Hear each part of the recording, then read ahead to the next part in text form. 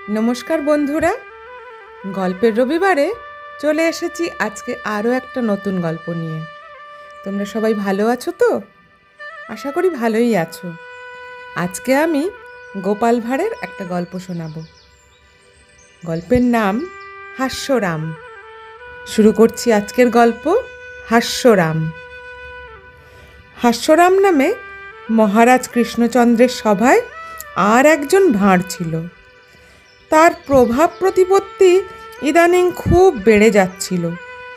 যদিও গোপাল হাস্যরামকে হিংসা করত না, কিন্তু গোপালকে জব্দ করার জন্য হাস্যরাম কেবলই সুযোগ খুঁজত। সুযোগ পেয়ে সে কয়েকবার গোপালকে জব্দও করল।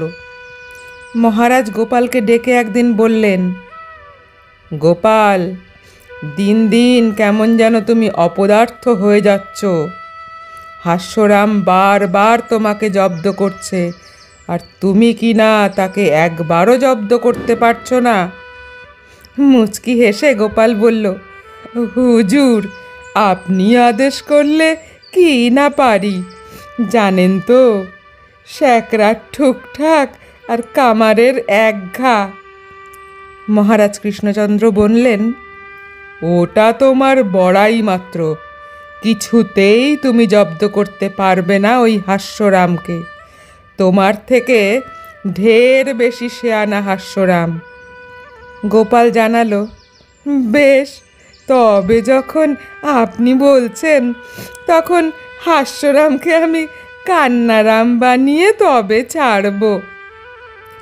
পরদিন থেকেই হাস্যরামকে জব্দ করার জন্য গোপাল তৎপর হলো।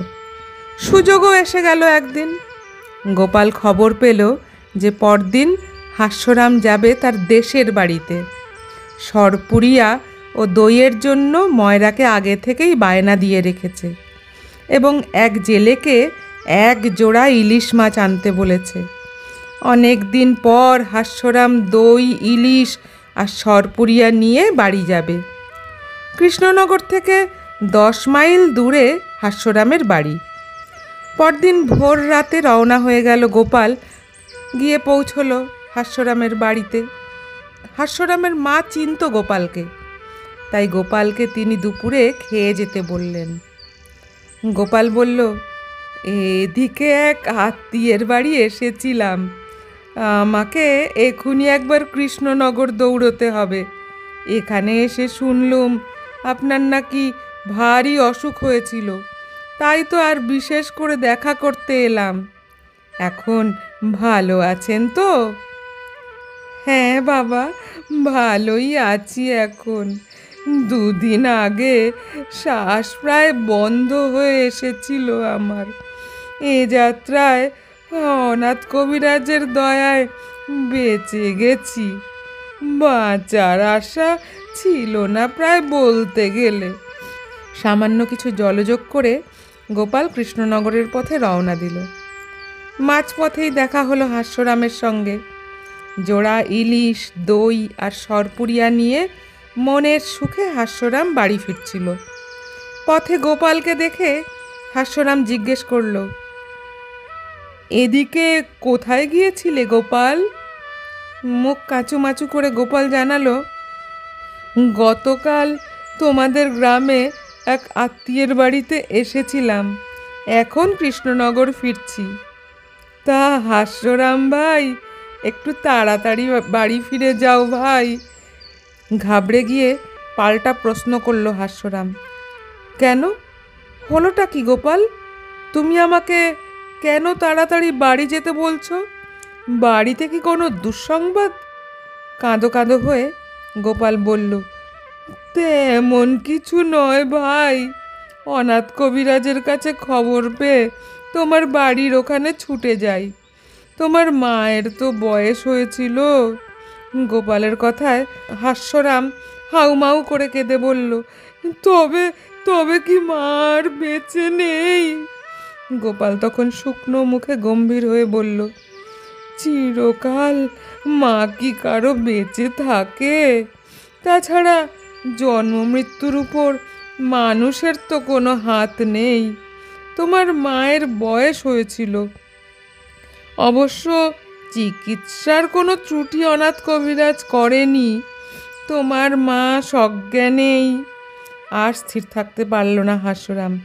গোপালের হাতে ইলিশ মাছ, সরপুরিয়া, দই এসব তুলে দিয়ে বলল, এগুলো নিয়ে আমি আর কোন মুখে বাড়ি ঢুকবো? এগুলি তুমি নিয়ে যাও গোপাল, তোমার ছেলেপুলেদের খেতে দিও এগুলো। খালি হাতে কান্নারাম হয়ে বাড়ি ফিরল হাস্যরাম। গোপাল এদিকে খোশ মেজাজে মহারাজ কৃষ্ণচন্দ্রের দরবারে উপস্থিত হলেন ইলিশ মাছ, দই আর সরপুরিয়া নিয়ে। গোপালের মুখে সব কথা শুনে খুব হাসলেন মহারাজ এবং তারিফ করলেন গোপালের বুদ্ধির।